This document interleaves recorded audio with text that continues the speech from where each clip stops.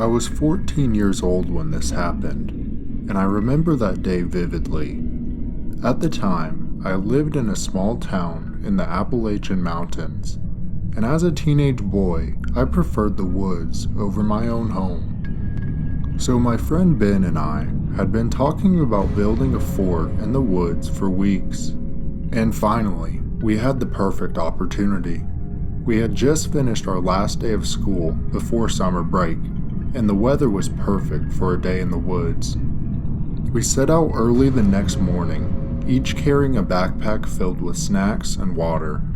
The sun was shining and the birds were singing as we walked deeper and deeper into the woods, searching for the perfect spot to build our fort. As we walked, we lost track of time. We talked about everything under the sun, about our hopes and dreams for the summer, and we reminisced about all the fun times we had together over the years. Finally, we stumbled upon the perfect spot. It was a clearing near a small stream with plenty of trees for shade and building materials. We set to work right away, gathering sticks and leaves and anything else we could find to build our fort. As we worked, the hours flew by. We took breaks to eat our snacks and drink water, but otherwise we worked steadily all day long. By the time the sun started to dip below the treetops, we had built a pretty impressive fort. We saw that it was going to get dark soon, so quickly started cleaning up our stuff, only to realize we had no idea where we were or which way we had came. We had been so focused on building our fort that we hadn't paid any attention to our surroundings, so we picked a direction that we thought was correct and began walking, but soon we realized that we were lost. That's when we heard the loud crack of lightning. A thunderstorm had started to roll in. The wind picked up and the sky grew dark. We knew we had to find our way back home before the storm hit. We started to pick up the pace, barreling through the woods, but we weren't quick enough because soon enough we started to feel the fat raindrops drip on us from the treetops above. We eventually came to a clearing and started walking into it. That's when Ben grabbed my shoulder, pointing forward. There, in the middle of the clearing, was a gigantic black bear staring directly at us. It emitted a low growl, and Ben and I froze. We had heard stories of people being attacked by bears in the woods, and we knew that we were in serious danger as this one was only 20 yards away from us. And in an instant, the bear turned and started to charge for us. We turned around and ran for our lives. We ran as fast as we could, our hearts pounding in our chest. The bear was right behind us. We heard it snarling and panting as it chased us, but as soon as we got to the tree line, it stopped dead in its tracks and turned around. Ben and I did not stop though. We continued to run until we found a fallen tree and we hid behind it. We sat there until we caught our breath and determined that the bear hadn't been chasing us anymore. At that point, we were both drenched, terrified, and sick of being in the woods. So we resumed our journey back home. When we got back to the clearing, we made sure to find a way going around it, staying in the woods instead of going right through it. When we got a chance, we looked back into the clearing and saw the black bear playing with 3 cubs, and we realized why the bear had been chasing us. It had been trying to protect its cubs all along. That is why it stopped at the edge of the woods. It didn't want to hurt us, it just didn't want us to hurt its family. It took us about 30 more minutes, but we eventually made it out of the woods in the rain. As we walked home, we swore that we would never forget that day. It had been one of the scariest experiences of both of our lives, but it had also taught us to be more aware of our surroundings, and we will definitely think twice next time we want to go build a fort deep in the Appalachian forest. It was a typical Saturday night at the bar. I was hanging out with my friends, laughing and sipping on some drinks. But as the night went on, I started to feel anxious. Maybe it was the loud music, or the crowded space, or maybe it was just my intuition telling me that I needed to go. But none of my friends were ready to leave, so I ordered an Uber to take me home. When I got the notification that my driver was close, I told my friends goodbye and stepped outside, and then I realized that it was pouring down rain. I cursed my luck, searching for my ride while I waited under the shelter of the bar's awning. A car pulled up, and I rushed over to it, eager to escape the rain. I immediately got in and asked the man driving if he was my driver, and he greeted me with a smile and said of course.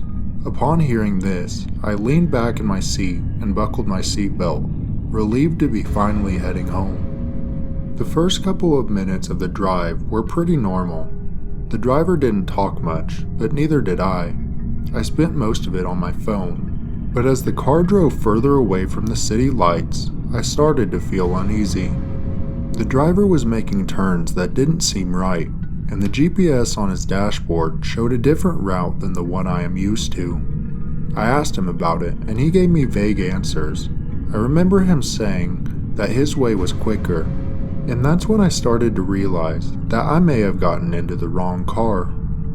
My heart felt like it was going to pound out of my chest. As we drove closer towards the outskirts of town, I knew I needed to escape, but I didn't want to alert the driver. I could feel his eyes watching me through the rearview mirror, and I began to get a sinister feeling about him. I decided I would have to jump, but he was driving far above the speed limit.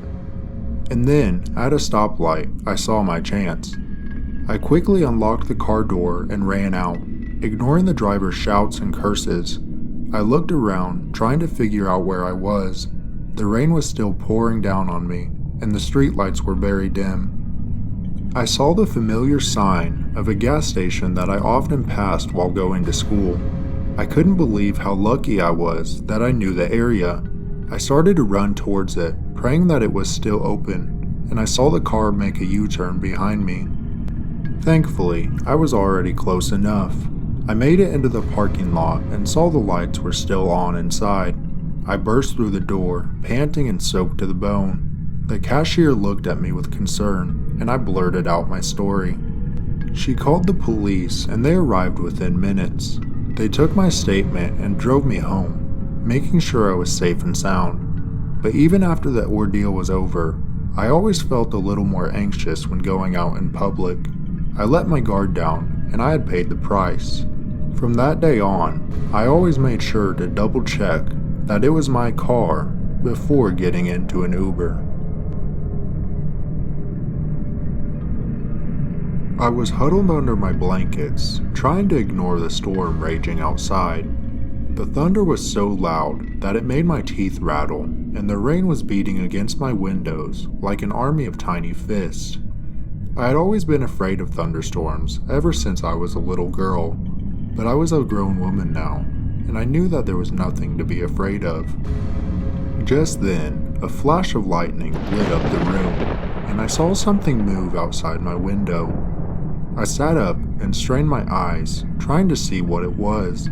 Was it just a branch blown by the wind, or was it something far more sinister? As I watched, another bolt of lightning illuminated a figure outside.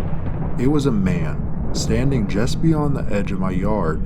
He was tall and gaunt, with a wild look in his eyes, and he was staring directly at my window. My heart began to race. Who was this man? What did he want? I was alone in the house, and I suddenly felt very vulnerable. I could hear the rain pounding against the roof and the wind howling through the trees as if the storm was closing in around me, trapping me in this house with the stranger lurking outside. Just then, I heard a loud banging on my front door. I screamed and scrambled out of bed, trying to find something to defend myself with. But I knew there was nothing in the room that could protect me from whatever was outside. The banging grew louder and more insistent until I realized he wasn't just knocking. He was trying to break down the door. I could hear the wood splintering and cracking under the assault. And then, just as quickly as it had begun, the banging stopped. The storm stopped as well. The rain ceased, and the wind died down, and the thunder faded away. The only sound was the creaking of my front door as it slowly swung open. I held my breath, waiting for the intruder to burst into my room, but nothing happened. The door just swung back and forth on its hinges, as if inviting me to come investigate. Trembling with fear, I slowly made my way to the door, and there, standing in the hallway, was the tall, gaunt man from outside. He was smiling now, a thin, twisted smile that sent shivers down my spine. "What do you want?" I whispered, backing away from him. The man didn't answer. He just stood there, smiling that terrible smile as the rain started to pick up again outside. Suddenly, a bolt of lightning illuminated the hallway, and I saw something glinting in the man's hand. It was a knife, long and sharp, and he was advancing towards me. I screamed and ran back into my room, slamming the door shut behind me. I fumbled for my phone, but it was dead. I was trapped in my room with no way to call for help. As I cowered in the corner, listening to the man pounding on the door and laughing manically, I realized that I had to do something. I couldn't just sit there and wait for him to break in. With a sudden surge of courage, I leapt to my feet and grabbed the heavy lamp from my bedside table. I flung open the door and swung the lamp with all my might, hitting the man in the face. He stumbled back, clutching his bleeding nose, and I seized the opportunity to run past him and out of the house. I sprinted through the rain and the darkness, not stopping until I reached a neighbor's house and pounded on their door for help. The police arrived soon after and searched the house, but the man was gone. They found no trace of him, and I never saw him again. But I knew he had been real, and he had come for me that stormy night.